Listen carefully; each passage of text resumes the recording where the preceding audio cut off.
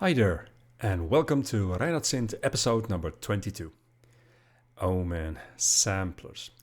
Object of musicians lost in the 80s and early 90s. It promised a new world, make music with real, natural sounds, no more synthesized versions of guitars, strings or pianos. But you can now play a real piano. Okay, this piano is a bit crap to play, to be honest. 80s sampling technology is nowhere near current possibilities. This is more like it.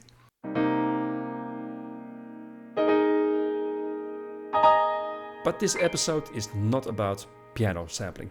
It is about the Akai S900.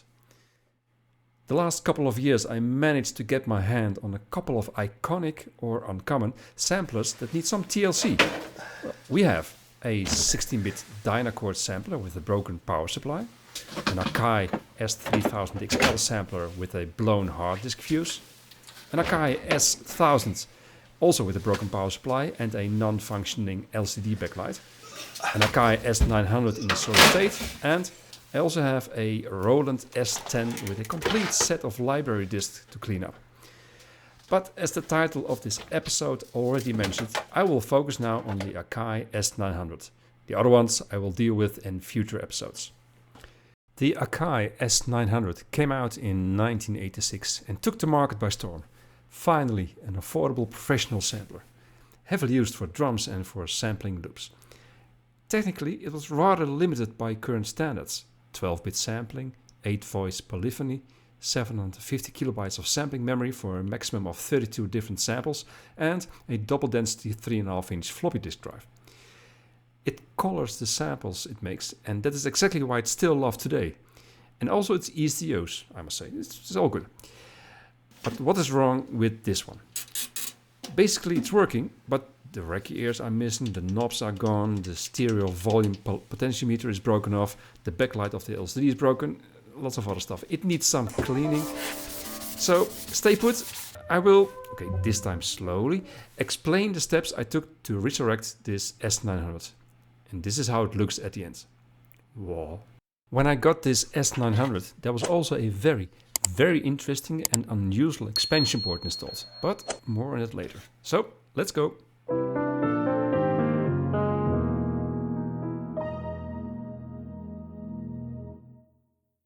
This story is based on actual events. In certain cases, incidents, repairs, and timelines have been changed, shortened, or removed for dramatic or educational purposes.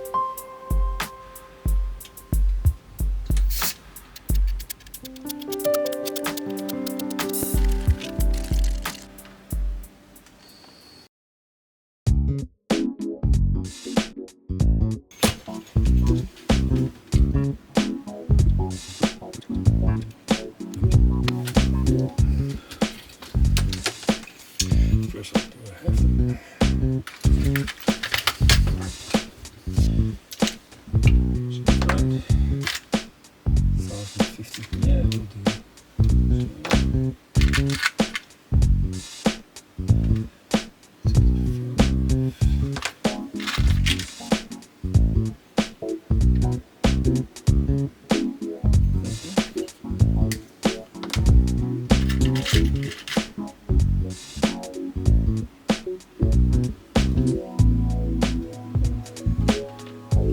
These are normally very good. These are very nice.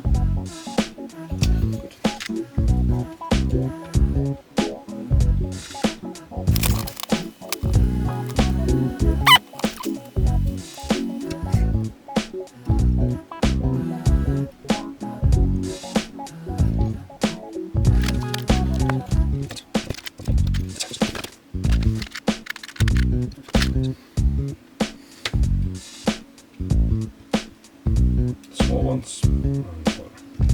Fuses are okay.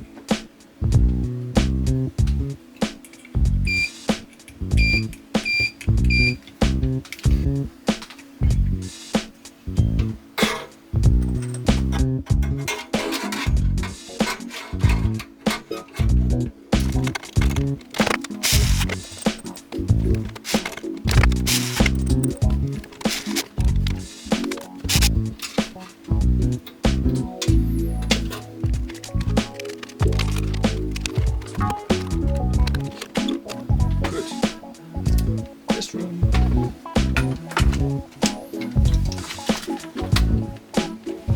Let's see.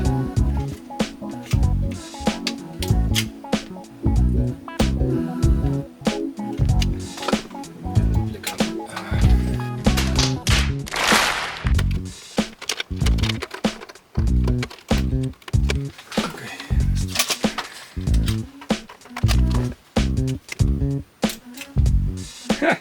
Perfect.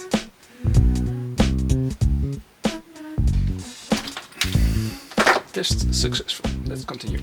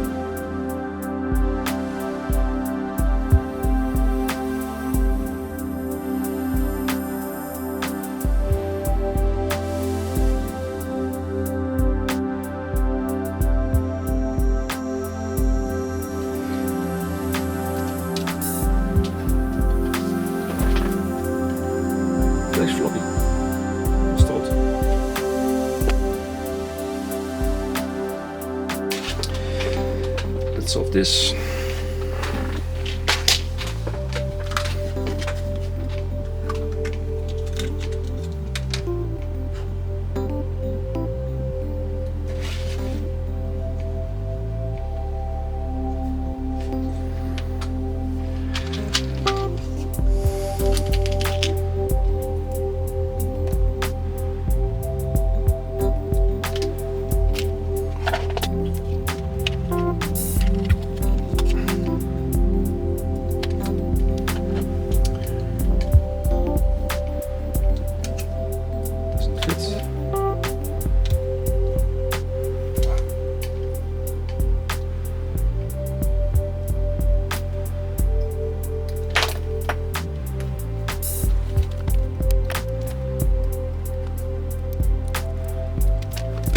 Good. Now,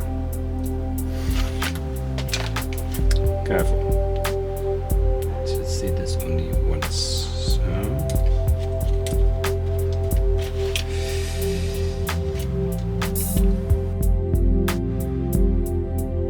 Ground.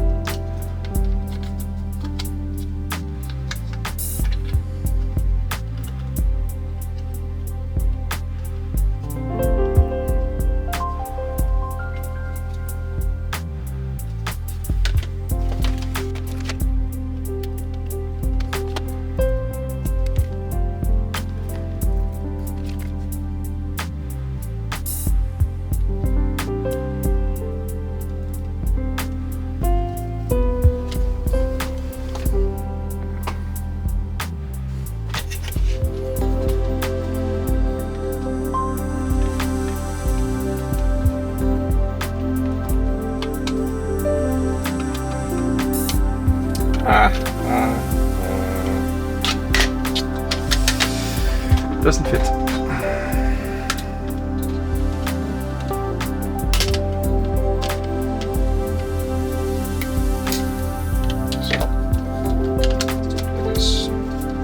Still fits. Okay.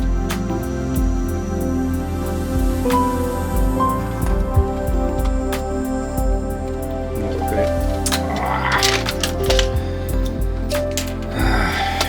Sloppy.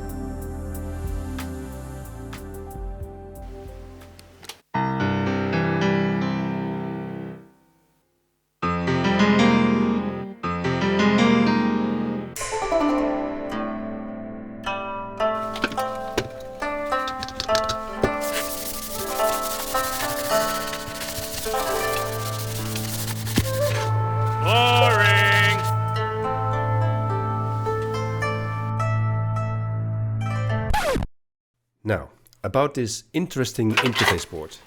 This is a IB101AS Atari hard disk interface board. So you can connect an Atari hard disk to your S900 and save and load your stuff from that instead from the Gotek drive. Cool. I have an Ultra Satan Atari hard disk emulator which I can connect to the S900 and test if it is working. That would be nice. However, I searched and searched, but there is almost nothing to be found about this board on the internet. Nothing. Zip. Nada. Zero. Okay, some photos and mentions in discussion boards, but no manuals, no experiences with it in the past, no software.